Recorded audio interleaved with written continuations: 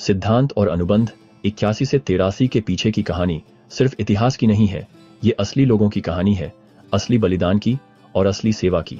हमारे साथ जुड़ने के लिए धन्यवाद और मुझे उम्मीद है कि आपको यह चैनल पसंद आया होगा।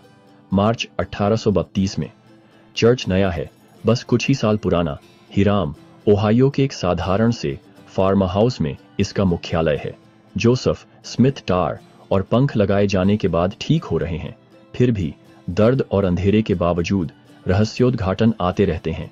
उसी महीने जेसी गॉज को प्रथम अध्यक्षता में परामर्शदाता के रूप में बुलाया जाता है। जेसी ज्यादा समय से सदस्य नहीं हैं, वे पढ़े लिखे, विचारशील हैं और कभी शेखर थे, लेकिन चीजें बदल जाती हैं। कुछ ही महीनों में जेसी चुपचाप चर्च छोड़ देते हैं और उनका नाम रिकॉर्ड से गायब हो जाता है। फिर फ्रेडरिक जी विलियम्स आगे आते हैं, वो जो तूफान और मुसीबत में जोसेफ के साथ खड़े रहेंगे। सिद्धांत और अनुबंध 51 के शब्द हालांकि मूल रूप से जेसी के लिए थे, लेकिन वे हर उस व्यक्ति के लिए हैं जो सेवा करने के लिए बुलाया हुआ महसूस करता है।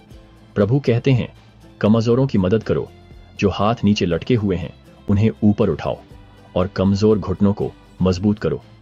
यह एक नेतृत्व नियमावली से कहीं बढ़कर था, यह एक आध्यात्मिक चुनौती थी। शुरुआती संत सिययोन में इकट्ठा हो रहे थे, गरीबी का सामना कर रहे थे, भूख का और उत्पीड़न का। एक दूसरे की मदद करना सिर्फ अच्छा नहीं था, यह जीवन रक्षा थी। इसके तुरंत बाद जोसेफ इंडिपेंडेंस मिसौरी की यात्रा करते हैं। वह संतों को कठिनाई और सिययोन के निर्माण के बोझ से जूझते हुए देखते हैं। यहीं अप्रैल 1832 में प्रभु उन्हें सिद्धांत और अनुबंध बासी देते हैं। संदेश साफ और स्पष्ट है, जिसे बहुत कुछ दिया जाता है उससे बहुत कुछ अपेक्षित होता है। कुछ नेता अपनी प्रतिबद्धताओं को नहीं निभा रहे हैं और प्रभु उन्हें याद दिलाते हैं, मैं प्रभु तब बाध्य होता हूं जब तुम वो करते हो जो मैं कहता हूं, लेकिन जब तुम वो नहीं करते जो मैं कहता हूं तो तुम्हारे पास कोई वादा नहीं है। यह एक चेतावनी है, लेकिन एक वादा भी है।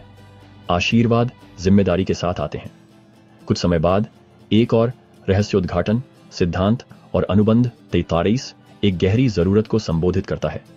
उन दिनों फीबी पेक और एना रॉजर्स जैसी विधवाओं के पास लगभग कोई कानूनी अधिकार नहीं थे। उनका भविष्य अनिश्चित था, लेकिन प्रभु कहते हैं, महिलाओं का अपने पतियों पर उनके भरण पोषण का दावा तब तक है जब तक उनके पति जीवित हैं। विधवाओं और अनाथों का और साथ ही गरीबों का भी भरण पोषण किया जाएगा।